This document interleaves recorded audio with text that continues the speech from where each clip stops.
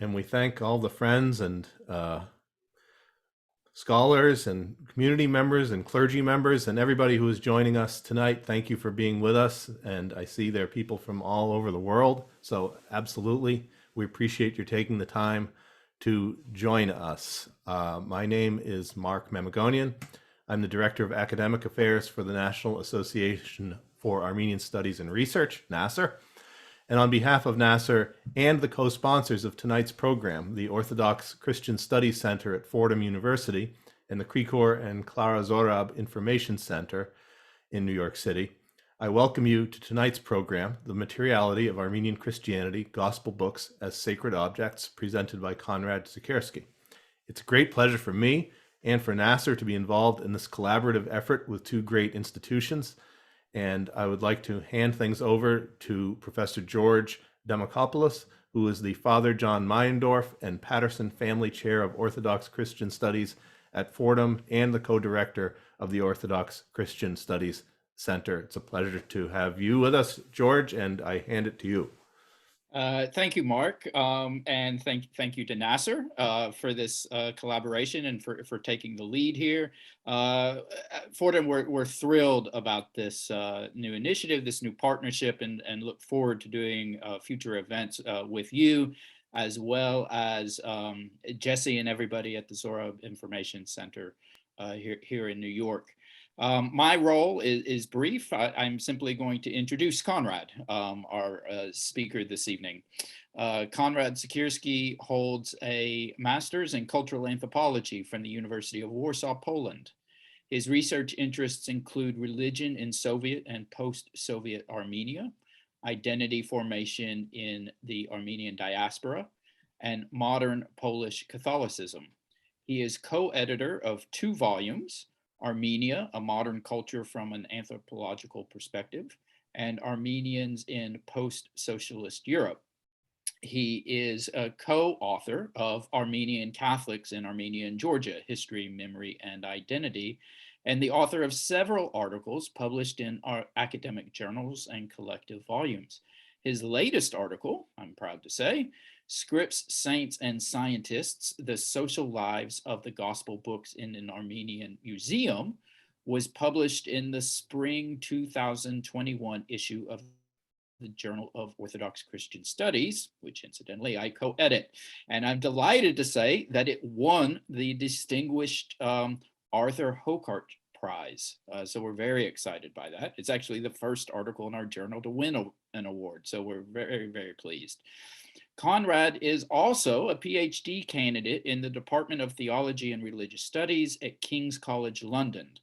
Based upon 10 years of ethnographic research, his doctoral thesis, entitled A Vow to Go, Religion, Reunion, and Roots in Armenian Pilgrimage, examines the different forms that pilgrimage takes today in Armenian culture. It offers a novel conceptualization of pilgrimage as an act mobilized by catharsis and kinetic interactions with the sacred. For this dissertation project, Konrad is currently serving as Fordham's National Endowment of the Humanities Dissertation Fellow in Orthodox Christian Studies.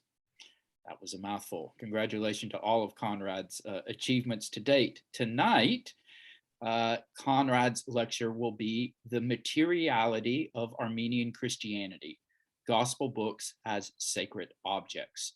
And before we turn it over to Konrad, let me just remind everybody viewing that there is a Q&A button in the bottom right corner of your screen. As he is presenting, please feel free to log in your questions. And our colleague, Dr. Arlen at the Zorak Information Center will host or moderate the question section following Konrad's lecture. So, Konrad, take it away. Thank you very much, Mark and George, for your kind introduction, and also thank you for all of you who joined us today for this evening. I hope it will be an interesting one for you. It's a really great honor for me to bring together today these 3 distinguished institutions, the Orthodox Christian Studies Center, the Zorak Center, and the National Association for Armenian Studies and Research. As George already mentioned, the Orthodox Christian Studies Center is the institution that invited me for this academic year to the US, and thanks to which I will hopefully finish within the next few months my doctoral dissertation on Armenian pilgrimage culture. National Association for Armenian Studies is the institution that co-sponsored my recent ethnographic research in Armenia, about which I will talk today. Finally, the Zorak Center is an Armenian intellectual hub in New York, which since this year cooperates with the Orthodox Christian Studies Center. Jesse from Zorak Center was a person who first proposed to organize this talk, so my special thanks go also to him. But I should mention also a few other institutions whose contribution to this meeting has been crucial. The first of them is the Knights of Vartan Fund for Armenian Studies, who co-sponsored with the Nasser my recent fieldwork in Armenia. The two other institutions are London Arts and Humanities Partnership and the Gulbenkian Foundation, which supported me throughout my PhD journey. Finally, I need to mention and thank St. Nurse's Armenian Seminary, which hosts me during my current stay in the US and from where I am speaking to you today. This presentation will be divided into 3 parts. In the first part, I will introduce, if only in broad strokes, a conceptual framework of material religion, which informs my thinking about Armenian miraculous gospel books and other books and scrolls. In the second part, I will talk about historical and present veneration of such gospel books in Armenian Christianity. Finally, I will present a brief report from my most recent fieldwork in Armenia, which I conducted in September and October 2021. These are for sure 3 large topics, but I will try to keep things short because what I'm really looking forward is the following discussion and your comments and questions. Konrad, can I interrupt you? Sorry, can you speak perhaps slightly louder or closer to the microphone? We have a couple of comments that people are unable to hear clearly. Sure, of course. Yeah, let me sit closer then. Thank you. And I'm really sorry for that. And of course, if there are any issues like this throughout the talk, please keep me informed. So let me start from the notion of material religion. I think it is worth introducing it briefly because the recognition of a central importance of materiality in religion is a fairly new phenomenon in religious studies, but earlier focused rather on textual aspects of religion and boxed religion as belief. Thank you. Furthermore, as far as I am aware, there is no much research done within this conceptual framework as a part of Armenian studies. So first, as Thomas Tweed puts it bluntly, I quote, "Religion begins and ends with bodies." In other words, religion must be material because people who profess it are of flesh. Furthermore, they are equipped with senses by which they interact with material world that surrounds them. In Graham Harvey's words, I quote, "Religion is the smelling, tasting, touching, hearing, and seeing of the world in particular ways." Second, religion is material because it is always practiced somewhere, in monasteries, in the mountains, or in shopping malls, and because people take their religion with them wherever they go. In short, as again Harvey puts it, religion is a matter of bodies moving through the world. Finally, religion is material because, as Birgit Meyer argues, things, their use, their valuation, and their appeal are not something added to a religion, but rather inextricable from it. Thus, it is key to approach religion as a mundane, practical, and material effort, as present in and making a world. As such, religion has been described, for example, by Jeremy Stollow as media.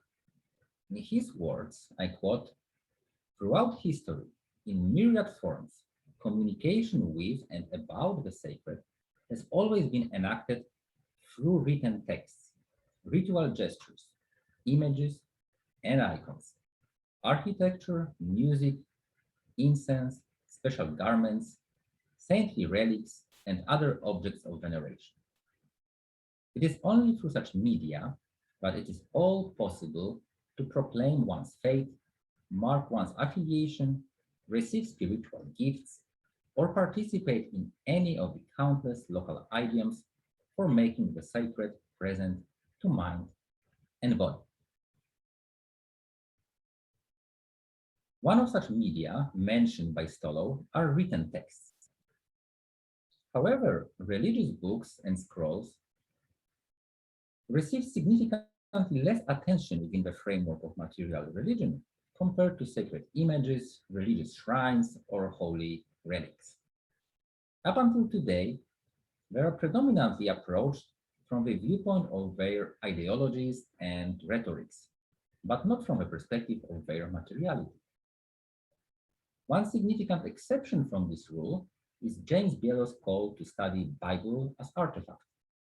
Another, and a more radical one, is work done by James Watts and his collaborators, who discuss religious books as beings and bodies. They focus on what they call an iconic dimension of scripture, and namely the fact that some books are, I quote, objects of value and power rather than just a container for words of instruction, information, and insight.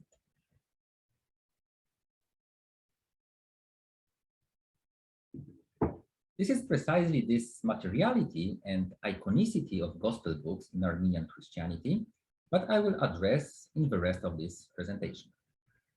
As I will show, gospel books have functioned within this religious tradition not only as texts to be read, but also as sacred objects, and even more than that, as supernatural beings endowed with their own agency and social lives. Furthermore, this iconization of gospel books set a model for similar approach to other religious texts within Armenian Christianity. One example here is a famous medieval religious poem by Saint Gregory of Narek called the Book of Lamentations. As Faruch Sevak, an important 20th century Armenian poet and translator, wrote about this book and its place in Armenian culture, the Book of Lamentation has been, I quote, not so much read as kissed, not so much on a shelf or in a bookcase as on the forehead of a sick man or under his pillow, not so much understood as felt, not so much appreciated as worshipped. The second example of such iconization are amulet scrolls, called in Armenian hamail, and containing different prayers, magical formulas, and fragments of hagiographic texts. Currently, within Armenian Christianity, they lost their initial function as portable protective items against spells, evil eye, and other misfortunes, and rather became family relics, which often double as the so-called home saints. I will explain what or who home saints are later in this presentation. But now, let me comment briefly on the gospel book's rise to this special status of sacred objects and beings in Armenian Christianity. The production of gospel books started early in Armenian tradition, and many of them were copied as votive offerings. Around the turn of the 6th century, an Armenian historian, Ghazar Parpetsi, wrote that, I quote, the churches were rendered glorious, the martyria of saints received luster, continually embellished by vows and gifts to the of the testaments. End of it. So this custom stands prominently next to other pious acts, such as the sponsorship of monasteries and churches or erection of cross stones, hachkars in Armenia, depending on the financial resources and particular vows made by donors.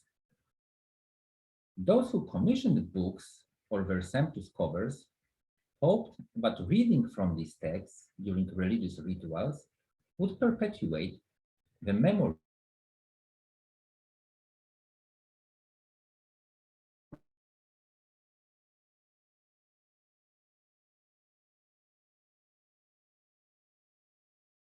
creative activity and exchange of material and spiritual goods in an Armenian Christian religious economy.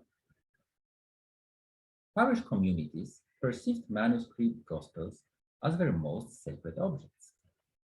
When invaders kidnapped the book, the community would collect large sums for a ransom and free the captive. And it is important to note that these personifying terms, to kidnap, to free, a captive, etc., are not my invention, but they were used in historical sources. Furthermore, and this is a central point for my discussion, certain manuscripts and later on also printed books started to be perceived as endowed with miraculous and healing powers. They have come to be worshipped in a comparable way to how, let's say, Orthodox or Catholic Christians can venerate particular icons or figures of saints. Although the stance of the Armenian Church, as expressed by Vertanes Kertoch in the early 7th century, was that, I quote, "When we bow before the Holy Gospel, or when we kiss it, we worship the word of the Savior written on the parchment." End of the quote. The widespread practice in Armenian Christianity has become that all gospel books are powerful, but some of them are more powerful than others. The first record about this special status of individual copies of gospel books, the first one which I'm aware of, comes from a colophon or a note written in the so-called Red Gospels, Karmir Avetaram in Armenian. This note reads as follows. Konrad, sorry, can I just interrupt to ask, have you been advancing the slides? Or Yes, are we? so we didn't reach yet the moment when I will use pictures which are waiting for you. Okay, perfect. Just wanted to make sure. Yeah, so this is still okay. In the year, so this colophon about Karmir Avetaram. In the year 820 of the Armenian era, which is 1371 AD, the Persians captured the holy gospel called Karmir. The book flew off from the arms of the individuals who captured it and fell into river. And for 4 years, no one could find it. Later, its location was revealed to the sacristan in a dream. After the divine liturgy, we all went to the bank of the river and we witnessed a new miracle. The Holy Gospel was revealed in the cavern of a rock and we pulled out the Holy Gospel. There was a Christian by the name of Martyros whose son has been in fetters for 5 years. His knees had been tied to his abdomen and his hands to his heart.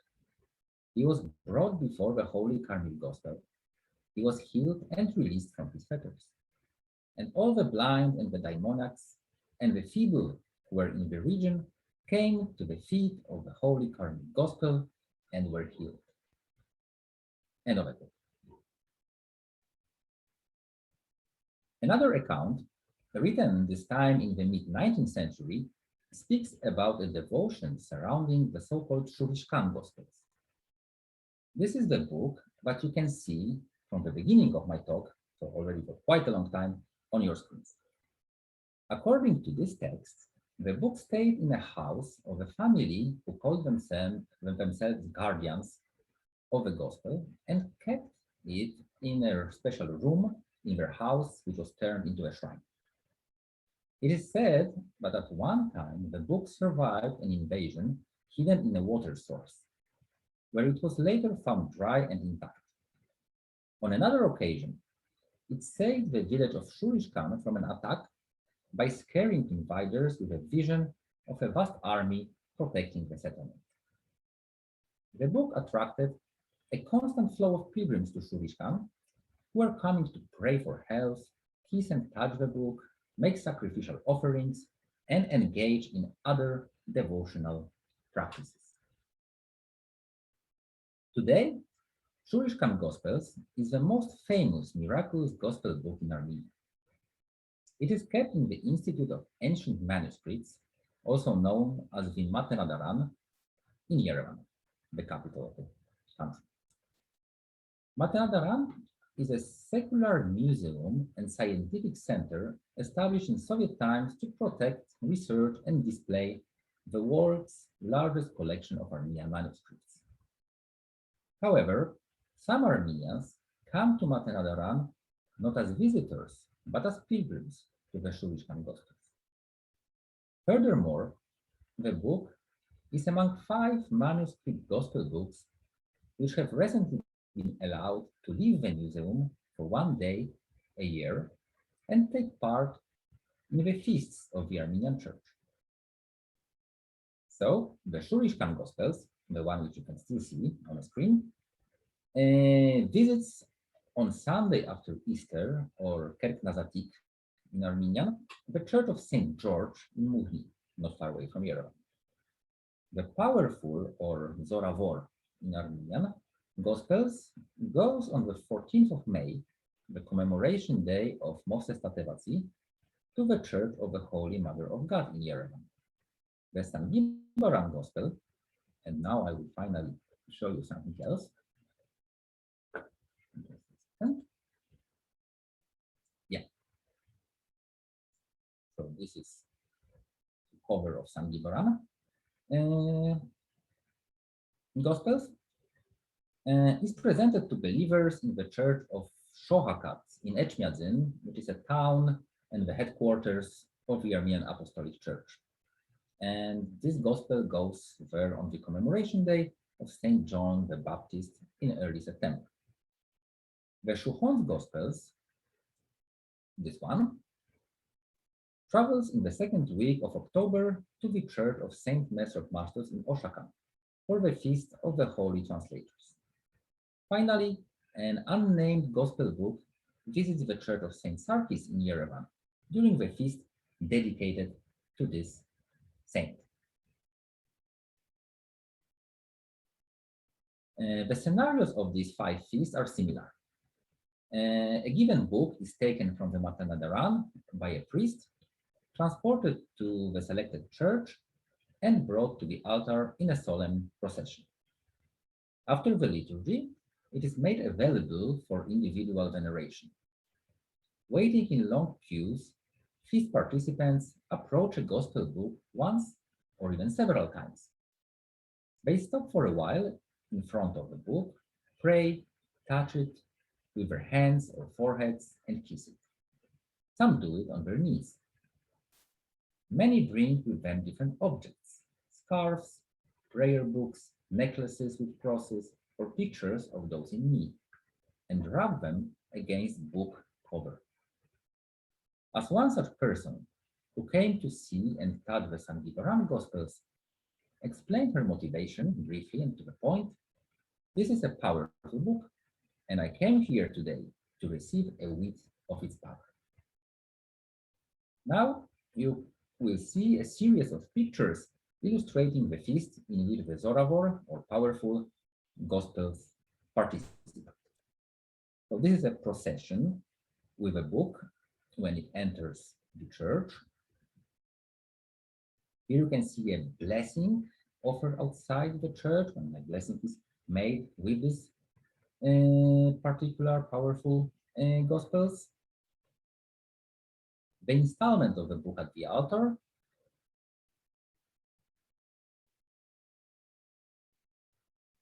the liturgy, and after the liturgy, the veneration of a book, and you can see a long queue of people waiting to approach it.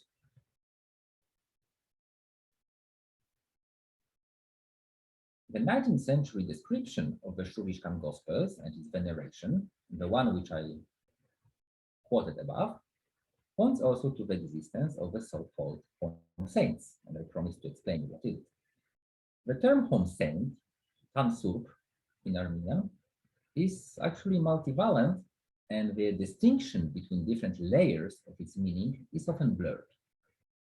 It simultaneously denotes the supernatural power that manifests itself in this world, the object or being which embodies this power, and the shrine where that sacred object is kept. Furthermore, as home saints communicate with their guardians and other people by means of dreams, in such dream visions, they also assume a human shape. It can be a saintly figure, a deceased person, or someone else. Among the most popular and powerful home saints are gospel books, books of lamentation, amulet scrolls, old crosses, or cross stones, or their fragments.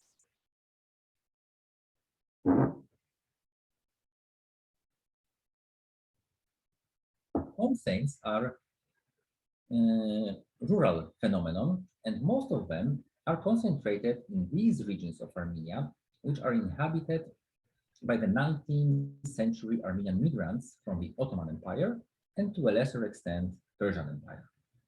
In most cases, the ancestors of the current inhabitants of these regions brought their home saints with them from their native villages. In this way, many home saints are not only objects of religious significance, but they also connect their current guardians to the homeland, which their ancestors left several generations ago. Approximately until the middle of the 20th century, sick people could come to home saints and stay there for many days or even weeks.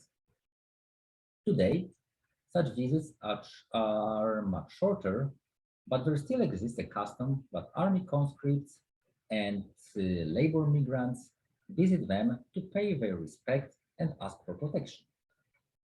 On such occasion, they sometimes take from a shrine a piece of votive cloth earlier offered to the saint by another pilgrim. Such cloths, by virtue of their close relation with home saints, are considered as saturated with their power. Pilgrims can also ask shrine guardians to place a book on their head and pray for them. In none of these cases, the primary rationale for pilgrims is to read the book saint, but rather it is to stay for a shorter or longer while in its proximity and, if possible, to touch it. As their name suggests, home saints are located in a private domestic space, either directly in their guardians' homes or in adjacent chapels or in other buildings of the farm. The exterior of these shrines may be unassuming, as, for example, this picture shows.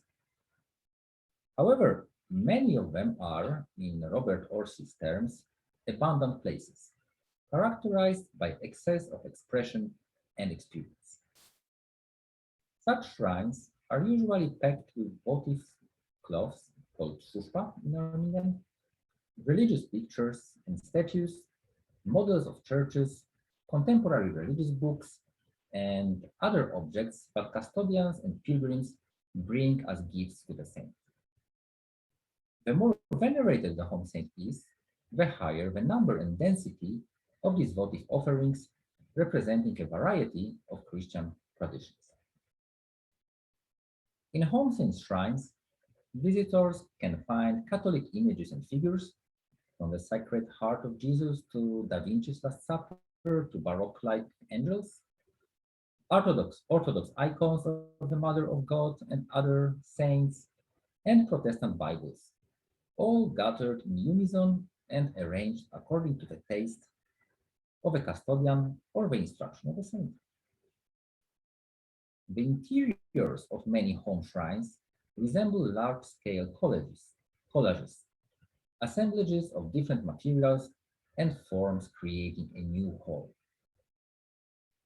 And here I will show you a few examples of it. So this, as you can see, that is everything here, but it's kind of, but is for me achieving a really stunning visual effect. So what you can see on this picture is St. Jacob's Chapel, which is one of the most famous unofficial shrines in the Harkunik region of Armenia. On the next picture, you will see Gilded Gospels, or Voske Kocha Veteran in Armenian, shrine which is located in Shurirish region. And this is a chapel of Charhapan, or Hindrance Against Evil Gospel book in Ararat Valley. So if we look at a map of Armenia, the first of this shrine is located here, next to Lake Sevan. This is the Harkunik region. And the next one, which is in Shirak, is in this part of the country. And the last one from Ararat Valley is in this place. For those of you who pay attention to details, this map has some names still from Soviet times, but actually I found it very difficult to find a really clear in its layout map of Armenia, which also would have all the names as they exist now, so sorry for that. So after this brief and inevitably very selective overview of different forms and of veneration of gospel books in Armenian Christianity, I will now turn to the last part of this presentation. In it, I will tell you a bit more about the results of the last stretch of my fieldwork in Armenia in September and October 2021. This fieldwork focused on Aragatsotn region, which is located here. What you can see here is an Aragats mountain, the highest mountain in Armenia, and this region is located around it.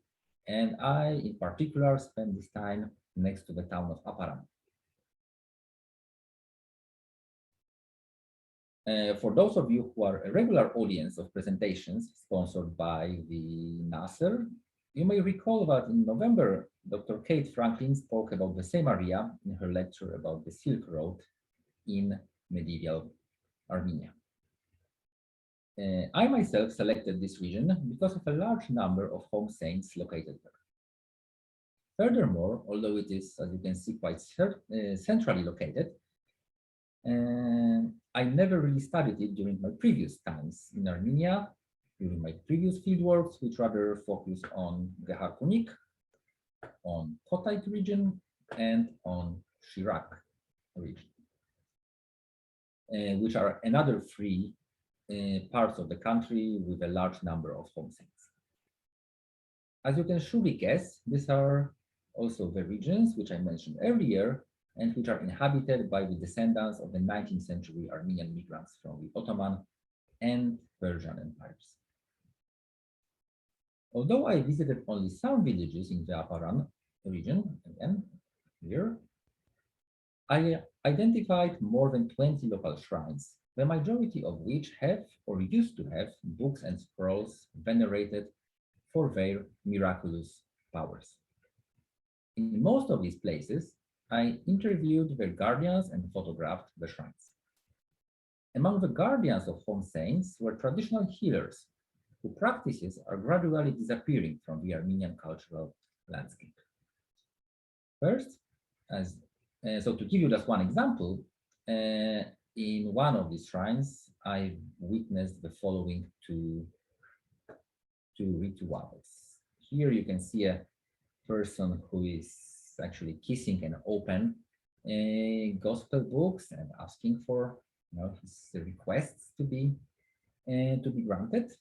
And in the second case, in the same shrine, I observed a family of 4, including a grandmother, father, and 2 children, who came there right after they had a car accident and narrowly escaped serious injuries. The reason for their visit was not only to thank the saint for protection, but also to check if they were not affected by fear. And fear, or vach in Armenian, is in traditional culture perceived as a cause of many mental and physical problems, and a car accident, of course, was a good reason to get afraid. So the guardian of the shrine measured their fear. This is what this person is doing now, using clothes of the family members. Then, as indeed fear was discovered, a ritual of candle melting was performed. And so you can see here it, and here there is a person who was feared, so all these things are happening on the top of her head. So, and at the end of this ritual, the water and wax were taken in this bowl to a stream behind the house and disposed. The participants of this ritual shared the belief that the gift, or schnork in Armenian, to perform such rituals was granted to the guardian of the shrine by the Gospel book, or the home saint itself. Another interesting finding from this fieldwork were 2 recently built or renovated chapels dedicated to powerful copies of the Book of Lamentations. And these chapels are important because they represent a new trend in Armenia, in which home saints are not only relocated from actual homes to separate shrines next to the homes, but also become a part of official church-controlled religious landscape. In both cases, the chapels were blessed. I think I have it. Yeah, so this is a picture of such a shrine inside. As you can see, the aesthetics are very different from what I presented to you earlier. So in both cases, the chapels were blessed by the church, and access to books must be now approved by a local priest. Furthermore, one of the books is once a year taken in a solemn procession from the chapel to a nearby village church, where it stays during the liturgy and later on is available for veneration. So we can see here a local version of larger feasts with gospel books, which I described to you a few minutes ago. Like during my previous research stays in Armenia, also this time I was told in many shrines that books or scrolls that used to stay there as home saints were stolen during the last 30 or so years. This was especially true for these shrines where home saints were precious manuscript gospel books. Unfortunately, such privately owned manuscripts are in no way protected or even recorded by the state, and even the Materiality, which is the institution working with manuscripts in Armenia, has only a limited knowledge about them. For some people who lost their home saints, this loss has truly been a lifetime tragedy, and they see all the misfortunes that since then affected them and their relatives as a punishment for their carelessness. To address this issue of book loss, during my fieldwork, I decided to ask shrine guardians to allow me to photograph not only the shrines, but also home saints themselves. For some of them, such a request was almost a sacrilege, as they find opening or rolling out their books and scrolls as inappropriate and potentially dangerous an act. Some other owners, well aware of frequent cases of theft, were afraid to show their saints to a stranger. Nevertheless, I was able to photograph a substantial part of one 17th century richly illustrated manuscript gospel books, as well as 3 manuscript or early printed amulet scrolls. And here you can see a series of pictures presenting this gospel book, which I photographed.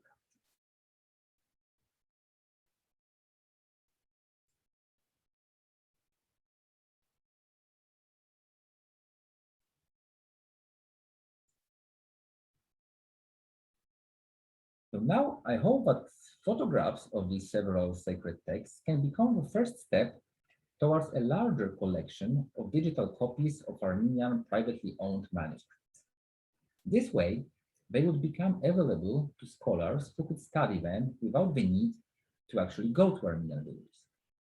Second, it would allow to save these manuscripts, at least as digital objects, in case their originals are stolen or otherwise damaged. Third, the existence of such copies could potentially help to find originals in case of theft.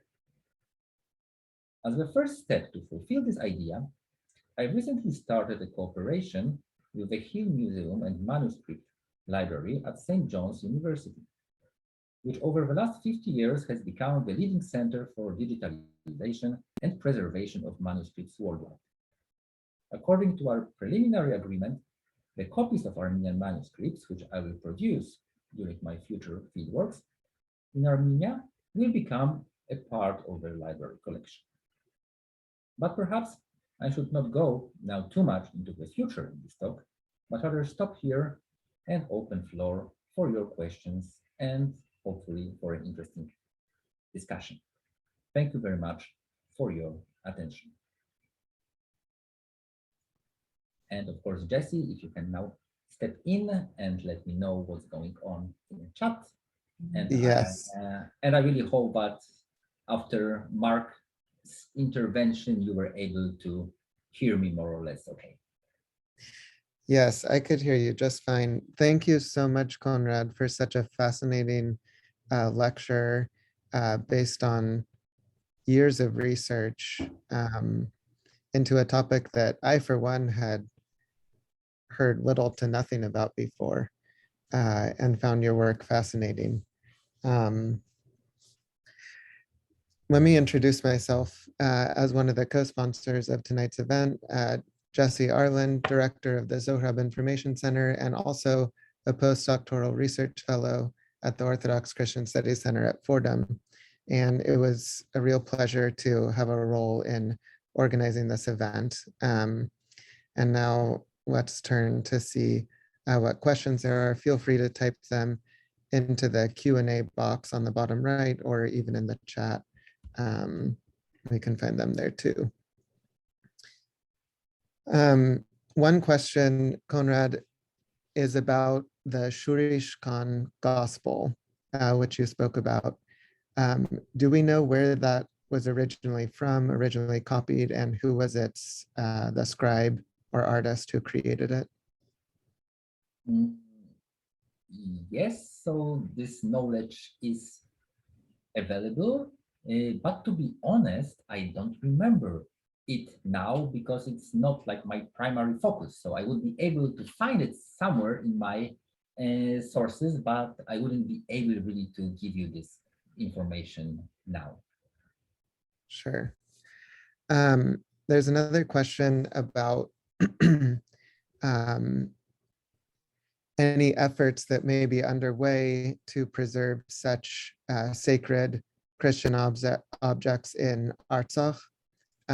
Perhaps first you could speak about whether you did any research in Artsakh or if it was just in the Republic of Armenia that your research took place, and whether or not you think there are such home saints or other such material in private collections that could be endangered in Artsakh, or any efforts to preserve them. Thank you very much for this question, and also for a previous one. Sorry that I couldn't tell you more now about it, but as I said, this information is surely available, and it shouldn't be actually difficult to find because it's quite a famous book. I even have some, let's say, like things in my mind, but I am just a bit afraid to spell them out of, a fear of making a simple mistake. Coming back to the second question, I did research in Karabakh, but on another topic. And this topic actually wouldn't really work in Artsakh because, as I said, this phenomenon of home saints, including precious manuscripts, gospel books, amulets, scrolls, is mainly a part of, let's say, Western Armenian culture. So these were people who migrated starting from 1828 and later on during the 19th century from Western Armenia to today's Armenia, who brought such books with them. Some of them, as I mentioned, was also brought, like Shurirish Gospels itself, by Armenians who used to live in Iran and earlier in Persian Empire, and then brought these books with them. But this is not a part of, let's say, traditional vernacular Christianity of Artsakh or of Sunni regions, for example. So here, of course, there is much of talk about all endangered Armenian Christian heritage in Artsakh, about monasteries, about hachkars, etc. And this is for sure true and a very relevant thing, but I wouldn't expect that these sort of shrines and these sort of objects really are a part of Artsakh cultural religious landscape. And related to the above question, someone asks, based on some of the pictures you showed, it looks like some of the shrine guardians appear very advanced in age.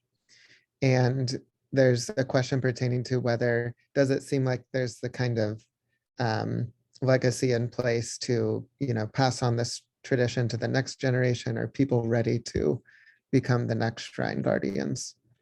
No, as I mentioned, many of these customs are kind of fading away, yes, and most of the people with whom I spoke, they were elderly people. Not too many young people would continue it. Sometimes it happens, but I would see a clear decline here. So I would say that these customs were really quite well preserved, and some of them even thrived during Soviet times, when, let's say, more official forms of religion were not allowed. But nowadays, due to general, forces of modernization, and also because of what's happening in general with Armenian villages, which are, partially depopulated, not many people are still living there, this kind of traditional culture is step by step fading away, and less people would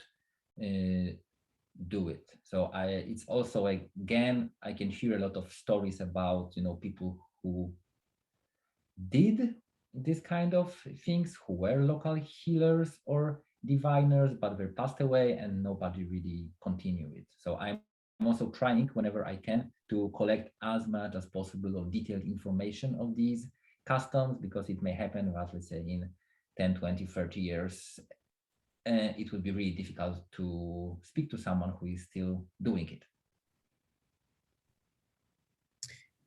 And in this next question, I'm going to read because it might be a little tricky to understand, but he writes, I was wondering how the technology of the manuscript texts, in the Foucauldian sense, imagined by Armenian medieval theologians such as Gregory of Skevra or Gregory of Datev, can be helpful in conceptualizing the gospel book veneration. Mm-hmm. I would guess, but this is more a question to you and not to me, because unfortunately, as a non-historian, but more like cultural anthropologist, I know, let's say, quite a lot about contemporary Armenian culture, but I wouldn't consider myself specialist in medieval authors. So maybe you can comment on it. Yeah, well, I don't know if I would comment directly on that question, but perhaps related to that, could you talk at all about the tension or lack thereof between kind of like popular practice and practice as prescribed or allowed, by the church? When you showed that one shrine near the end, that was kind of more church sanctioned, it looks very different. than the the shrines made by the people. But then again, in many liturgical church services, you see, the gospel is clearly used as a sacred object for its healing power, and is venerated. For example, in the Mashtots, the ritual book, one of the services of healing, after certain gospel passages are read, it comes to a climax where the gospel book is placed on top of the head of a sick person and a prayer is said for their healing. So it seems like there's, there could be some, differences of practice or potential tension, but then there's also a lot in the prescribed rituals that make much of the materiality of these objects. Just if you could comment on some of that. Yeah, exactly. I totally agree with you. There is, at least some overlapping here. I would say that this, like more vernacular aspect, which I discussed here, it's about these copies of the books, of gospel books or other texts, which became, let's say, sacred in themselves, and not only as a part of a larger church ritual life, but they kind of receive their own separate lives. They are almost like, separate beings that have their own histories, that have their own agency, that actually really act. Yeah, they can help people, they can act miracles, they can punish people if they are not taking care of them enough. And this is, of course, something that goes a bit beyond, let's say, this religion as prescribed. In terms of like tension, I would say that yes, it can be seen, because I wouldn't, maybe tension is not the best word for it. I like the term which was coined by my colleague Agnieszka Halemba, who was speaking about institutional embracement.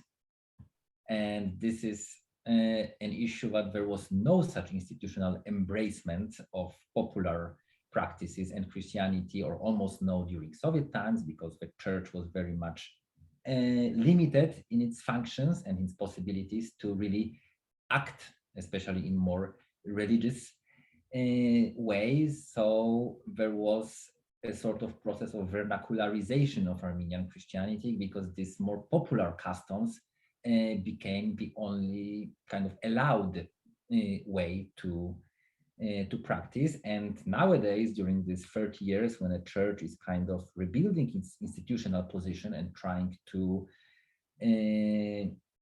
have again this more strong position in the country, of course, it creates some tensions, because some people would prefer to do their religion the way they are used to do it. I quite well remember an example from one of these unofficial shrines and a very popular pilgrimage site, where I observed two women coming with their, bunches of candles that they were going to burn. But when they realized that there is a priest inside this chapel, they decided to wait until he will go away, because they knew that he will not allow them to burn these candles in the way in which they would like it to do, in which they so appropriate for their kind of personal prayers and a personal religious style.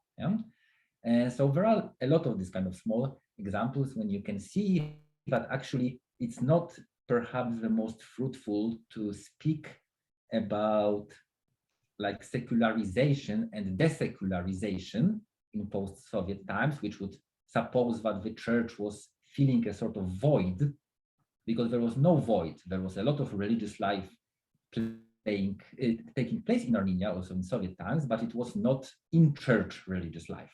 Yeah. Very fascinating. So the next question here, are you aware of similar veneration or similar practices and towards gospel books in other churches of the region, such as Georgians or Syriac Christian communities? And if not, any theories as to why this kind of practice is perhaps unique, if it is, to Armenians? Mhm. I never really did a proper like comparative research on it, but I would expect that maybe a place where we could find something at least a bit similar would be further south. So I would search for it maybe in Ethiopian church. As far as I know, maybe there something similar is happening, but it's what I'm saying now, it's not based on any real research. Why in Armenia this sort of phenomenon has developed, it's also a huge question to me, and I don't know a good answer to it. I am kind of observing it. I am trying to learn as much as possible about it. And I can, again, as an anthropologist, do much more about the current state of it, observe how it is developing today. But I also don't have this sort of research tools to really study like the deep history of it and to try to find some sources of it. I would truly love also to have, let's say, historians looking at these things and kind of doing maybe a sort of more collaborative works, both on historical aspect and on today's development of this phenomenon.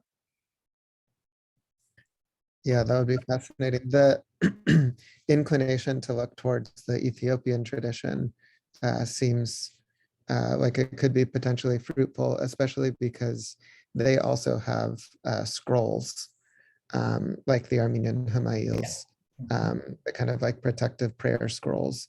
And I don't know if anyone's ever actually done a kind of comparative study of the scrolls or protective amulets in the two traditions.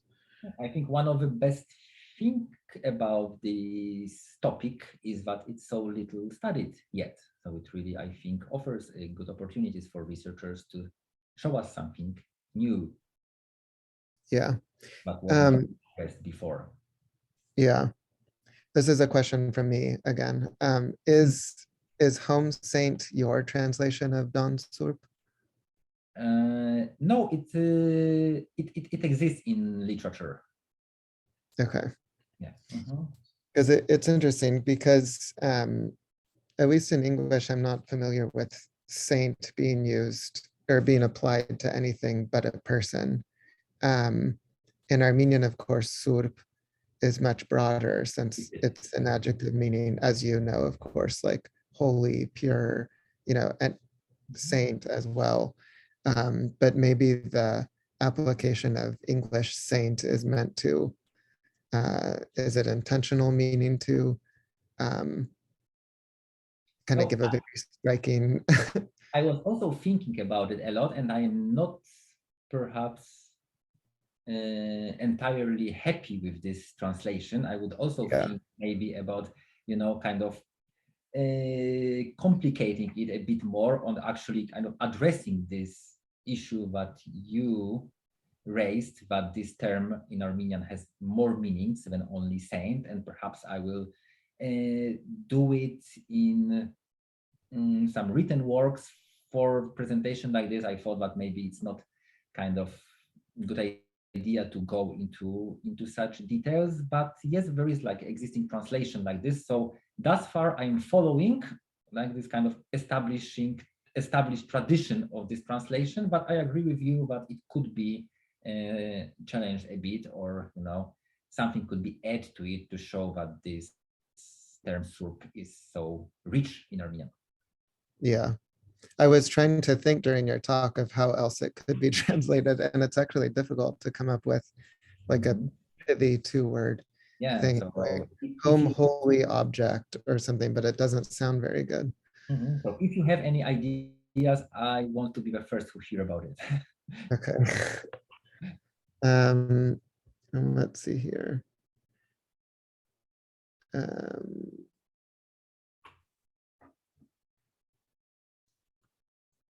So here's a question. In your conversations with the protectors of these sacred gospels, did you learn from speaking with them how these objects impacted their own personal faith, development, and growth. Does tactile and physical connectivity deepen their awareness of divine presence or anything like that? Yeah, so of course it's always a bit difficult to generalize because different people can have different approaches to these books. Sometimes you can see that people who still have these objects, they already have no so much, let's say, faith in them as their ancestors would have. In some families, it's still very strong, and these home saints are really central to their life, I would say. Yeah. So first, this idea that they have them and they need to protect them, and that these objects are with their families for, let's say, 200-300 years. It's something crucial for these people, and they take this responsibility very seriously. And I met people who are, let's say, in constant touch or in constant communication with their saints. So they would regularly receive dreams from them. They will see them in their dreams. They will receive warnings. They will receive instructions what to do. And they will receive some sort of support. And sometimes I remember speaking to people when it was really even difficult to kind of understand, are we still speaking about something what is happening in dreams, or we are already speaking about something what is happening during, daytime? Yeah, because these two dimensions, which maybe we have a tendency somehow to separate, for these people were creating like one dimension. Yeah, and for them it was a very kind of natural thing that there is this holy object and this home saint, or whatever we would like to call it, but it's a part of their life, and it's really in many ways influencing their daily life, protecting them, but also demanding from them different things, etc. Very fascinating. So one question asks if you could speak a little bit about how you first became interested in this topic. In books? Yeah, just in this research, maybe even how you first heard of such, local shrines in Armenia, or just how kind of the origin of your research and investigation into this. I think first time when I was attracted to it, when it was several years ago when I visited the church in Mughni, exactly on the day when Shurirish Gospels was transported there from the Matanadoran, and I saw this huge feast. And then I decided that I will go to the Matanadoran and try to learn a bit more, like what was going on, why so many people wanted to see this book and touch it and pray on it, etc. And just by accident, when I entered the museum hall where this book was at that time displayed, I actually saw a family who came there, and then I realized that they were not going to this book just to see it, to learn something about its history, but they were coming again with their requests. So they somehow even managed to persuade, the staff of the museum to open this glass case for them, and they put their picture of a soldier who was at that time in Karabakh, and they wanted that this book protects him. They managed to kind of touch the book with this picture. They prayed there. Yeah, so it was really kind of interesting and kind of rare experience to see how these books even keep their social life and their religious importance even in this secular setting of a museum. So that's one side of this fascination. Another one is that most of my research in Armenia are related to different aspects of religious life. So I was also visiting many pilgrimage sites. This is also as you know, and as George said, a part of my research for my dissertation. So going like from one village to another, to yet another, to yet another, I discovered that there are also this kind of home shrines, which are somehow, not a part of, let's say, this official sacred landscape, but actually which play kind of primary role in people's religious life, because this is where people would go with their requests, with their problems, with their candles that they want to light, and not to churches as such.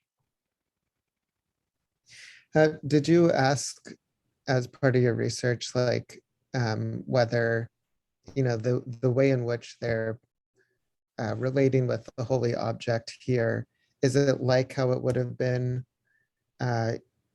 when they were in an Ottoman village? Or is the fact that, so much is built up in the home, might that have been a product of living through Soviet times, when, the emphasis on religious being practiced inside in the home so that, it's away from the authorities? Yeah, so I would say that in many cases, perhaps the Soviet period could kind of further strengthen it, but it's not a phenomenon which developed only then. It was existing also before, yeah, and these objects started to play this role, at least from the moment when they were taken from, let's say, native villages somewhere in, I don't know, Bayazet or any other place in Western Armenia, and taken to, let's say, Geharkunik, yes, to Sevan Lake, and established are sort of like, home relics, and also as a sort of reminders and links to this small homelands which were left behind. Yeah, my kind of idea and impression is that it could be really interesting to do some research on these regions of Armenia where people who are the descendants of migrants from the 19th century, where they live, to study them and their villages and their local culture, and also their veneration of these home saints, as a sort of gate to this lost culture of Western Armenia. Because I think that even, let's say, people who were escaping the genocide, their culture was already different. And the culture there in Ottoman Empire could change during this, let's say, 80 years, which passed between 1828 and 1915. And their culture could already change, but somehow it was really well preserved during these communities, which moved earlier, like in 19th century, from Western Armenia to Eastern Armenia, and settled, for example, let's say in Geharkunik region, where again, there were not a majority there, but there were a minority among Turkish-speaking population, because, until like end of the Soviet times, areas around, let's say, Martuni or Vardenis in Armenia were still mainly populated by Azeris at that time. Yeah, so I think it would be very interesting, if we want to know more also what the Western Armenian culture was before the genocide, also to pay attention to these communities in today's Armenia. Wow, that's so interesting. Well, Konrad, you are doing fascinating and very important research. Thanks so much for sharing some of it with us tonight. We hope that some of these Gospels can help you in these next couple of months as you try to finish your dissertation. No easy task. All kinds of support are needed. Yeah, and I hope you take all of these questions as a sign of just how interested people are in the work you're doing, and keep it up. And on behalf of all the other sponsoring organizations, Nasser, the Orthodox Christian Studies Center at Fordham, thank you so much for this talk, and we look forward to partnering again in the future with Fordham and Nasser. And thank you to the audience and everyone for your very engaged participation and excellent questions. And of course, also all big thanks from me to you and to the audience.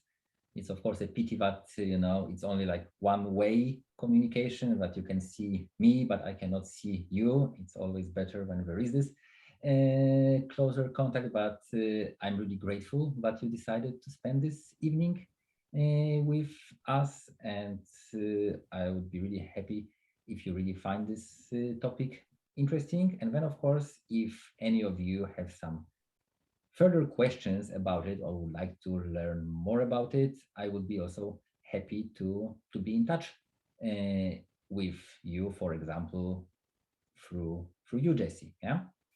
Sure. Yeah, anyone could write to me, or I could pass along Konrad's contact info. Exactly. Absolutely. So thank you very much again. Thank you.